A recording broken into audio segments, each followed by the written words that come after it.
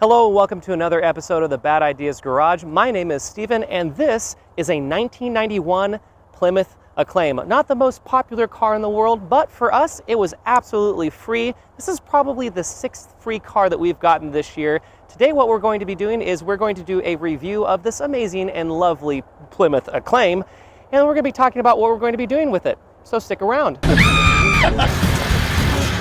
Surprise! Now this car, yes, it is car number 6. Here are a couple other cars that we've gotten so far free this year, including this fabulous Winnebago, this lovely Dodge RV that we caught on fire. Maybe you saw our Subaru Outback with the blown head gasket, and now we have this Plymouth. And on top of that, we also got a free Pontiac. That's coming in a future episode. The cool thing about this car, though, is that we're going to be fixing it up, and we're going to be blessing somebody in our community with a free car. We heard about somebody in the community that's going through some pretty tough times. It's the holidays. I think it's the time for us to be able to pay it forward. So in today's episode, I'm going to do a review and talk about a little history of this Plymouth Acclaim, and then also just the K cars in general. And then from there, we're going to go on a little bit of a drive, and as always, enjoy. These are known as K cars. This is the second generation of them, and they were this is known as a K car. Now, these were not necessarily the most popular vehicles when they came out. They have a little bit of a cult following now. This is the second generation of the K car, and I think that they're pretty hideous, just to be honest. However, this was the brainchild of Iacocca, who was one of the most famous American car industrialists of the age. And the cool thing about these cars is that even though that they're pretty ugly, they were decently reliable, and there are not a lot of these on the road anymore. A lot of them is just because they might have been unloved. However, Chrysler over time, for lots of different cars, I'm looking at you, the PT Cruiser, makes cars in very high volumes, sells them at very low prices, and then over time they just kind of fall off the road because, you know, not a lot of people like them.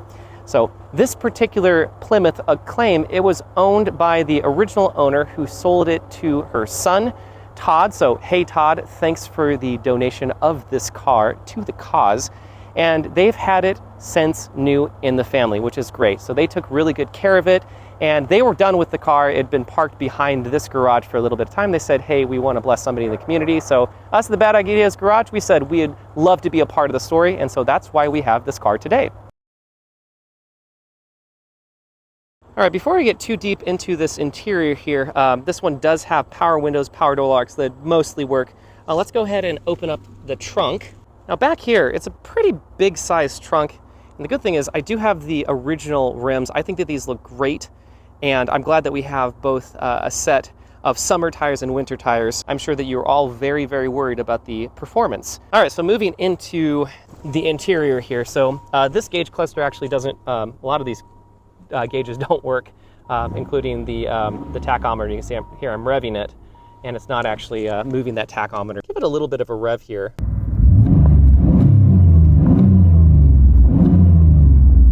I do like these gauges. I thought that green looked really good. This, of course, is an automatic. I think that these actually came with a 5-speed in the Dodge Sprint, but this one has the automatic. You have your fog light control, you know, a couple of your your defrost. You have your windshield wipers. This does have a tilting steering wheel, which is great. You have cruise control. I'm going to see in a second if that works. You know, standard stereo. This looks like it's aftermarket. Pretty standard stuff in here.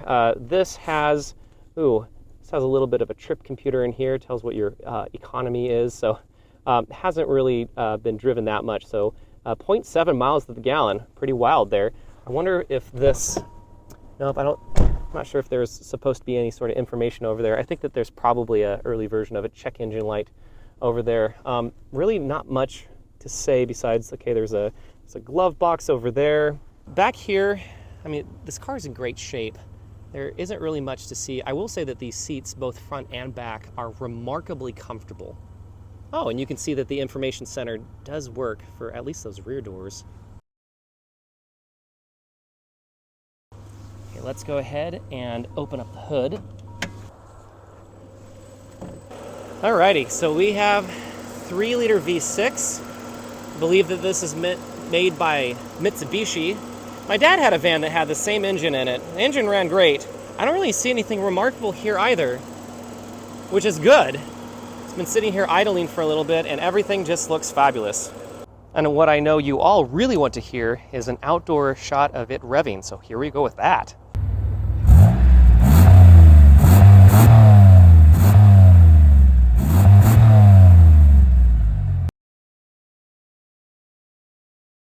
So that's what we have for this very brief review of this car. K-cars are not exactly the most exciting cars on the planet, but you know, I get excited about this because one, it's a free car. Two, K-cars have some really cool history. And three, this is my first time driving this car. It might be the first time me driving a Plymouth, maybe in general. So pretty excited about that as well. So I'm gonna go for my very first drive in a Plymouth Acclaim. And I'm just so very excited about it. Just come along. Alrighty, I'm going to put my power seat in place. Makes me feel like a big deal. My dad, I'm pretty sure, had a Dodge Spirit when I was a kid, but we had several Caravans, and so looking around this interior, it looks a lot like some of those Caravans. And then if you saw the video where I had the Dodge D350 Rescue, a lot of the stuff looks like that as well because it's around the same era. So here we go on a drive. I can't remember the last time that I drove something with a column shifter. So the brake light is on here, and I thought that that was because it thought that maybe the emergency brake is still on. No, I think that's the light saying that I'm low on braking fluid. I probably should have looked at that before I headed out, and I'm about to drive down a decently steep hill. Could be interesting. The brakes seem to be working just fine.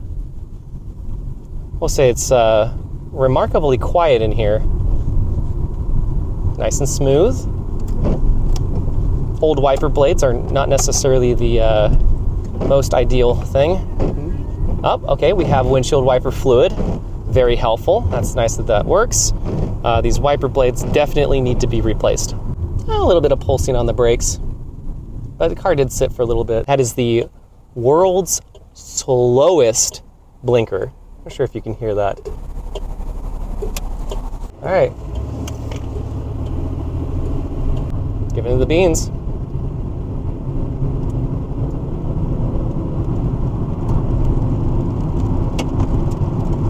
Wow, okay.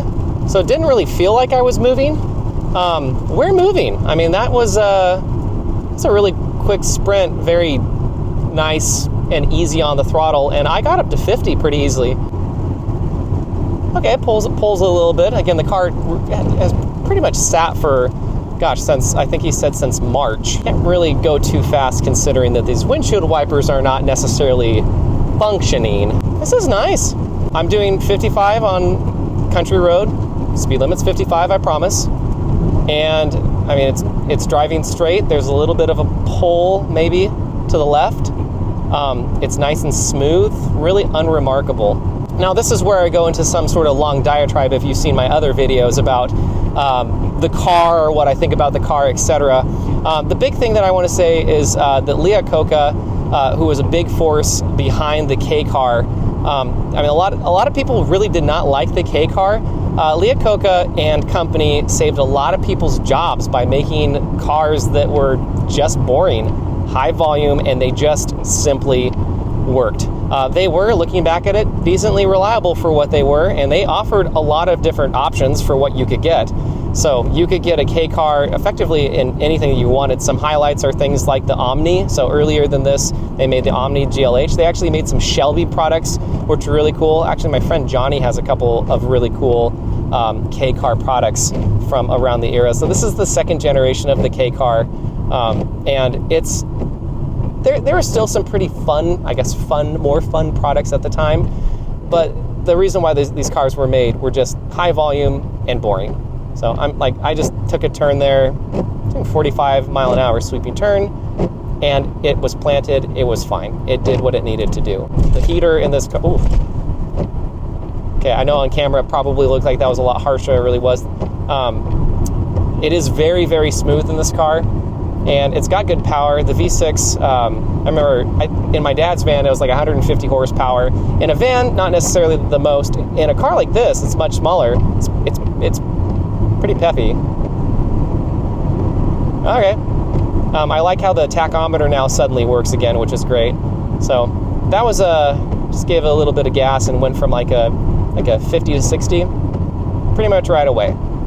So now that we've been, you know, driving the car for a little bit, I can confidently say this is going to be a reliable car. According to this trip computer, I'm really curious about how this works.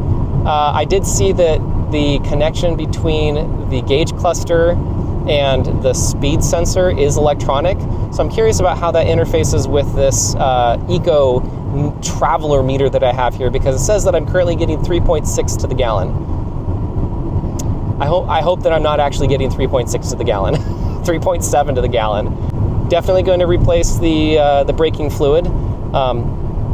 I think it's just low. I'll, you know, inspect it to make sure that you know, of course, there's no active leaks. But I mean, I just went decent moderate braking right there, and it was no big deal.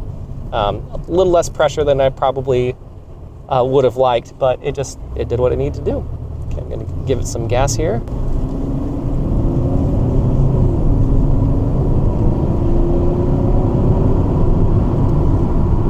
It's actually pretty peppy. I know that some of you are probably going to be like, why are you getting so excited about the peppiness of a 1991 Plymouth Acclaim? Well, I mean, it's got a V6 and it's a small car. I mean, that seems like a really good key to success to me if you want something that's pretty fun. I mean, that wasn't even flooring it or even getting close to flooring it, and it's fine. It did what it needed to do. At about this time, it was really common for particularly American car companies to make the same car and then rebadge it. That had been happening for decades, but it was really apparent. And I remember seeing this when I was a kid about why this exact car, they made this, I believe, is the Chrysler LeBaron, the Dodge Spirit, and then the Plymouth Acclaim. So it's the same car, but they had slightly different offerings. So again, I think the Dodge, for example, came with a manual. You know, the Chrysler was probably supposed to be the nicest one, etc. And then Plymouth, I think, was supposed to be probably the least expensive one. It was just really apparent. And again, a lot of people don't like K cars. They're like, these are hideous, but they sold a lot of them, and you could get pretty much whatever you wanted in a K car. And around this era, they made a couple other offerings between Chrysler, Plymouth, and Dodge. And again, the big winners out of all of this were the American Automotive Industry and a lot of people who worked for the American Automotive Industry. So, I mean, I could see why people might not have liked this at the time, is because we're coming out of an era where American cars, you know, 20 years previous, were making huge V8s, big power, really cool cars. And then you have something like this that honestly, this is a boring car. This is a hideously boring car. But I don't know, you get it with a V6 like this one does. Todd said it got pretty good gas mileage. This car probably got like 25 miles a gallon. It's very comfortable. I mean, this is the type of car that you could commute in. I mean, I would commute in this car. It's got a heater. It's a beater with a heater. There we go. That's the terminology that we like. And so it's just hideously boring. And I mean, I took, one or two sweeping turns. I'm sure this car doesn't handle very well. I'm sure that even with the V6, it doesn't accelerate very well. But regardless, it just works. And again, they sold a lot of these. They sold lots of these. And that helped save a lot of people's jobs by, if people just wanted a car that was simply going to work and had no thrills, this is the car for you. But I am home sweet home. That was entirely unremarkable, which is what you want when you're picking up a car that's free. That power steering is not nearly as boosted as I thought it would be. I made it home in probably one of the world's most boring cars ever, but I'm glad. And I'm sure that my wife is going to be thrilled that this is now in our driveway. Well, that's another episode of the Bad Ideas Garage. We hope you enjoyed. If you would like and subscribe, I would really appreciate it. We have some thrilling content coming up, including my C43 AMG Ute review that I'm finally going to do. I just did a short video about it, about EGR replacement and some other maintenance duties. So you can take a look at that. I'll put the link in the description below. We also have a Pontiac G6 convertible that we're bringing home soon. That's going to be a fun video. The top doesn't work, and we're going to try to sort that out. The Dodge RV is finally going to get started and running, coming up here as well. So just haven't had time to do those videos, but they're coming up soon. So if you'd like and subscribe below, I would really appreciate it. That's the end of our video today. Thanks as always for watching. I'm going to go inside and go see what my wife's reaction is. And if you never see me again, I think you know what her reaction is, but otherwise we'll see you in one of our future videos. Well, this is magical.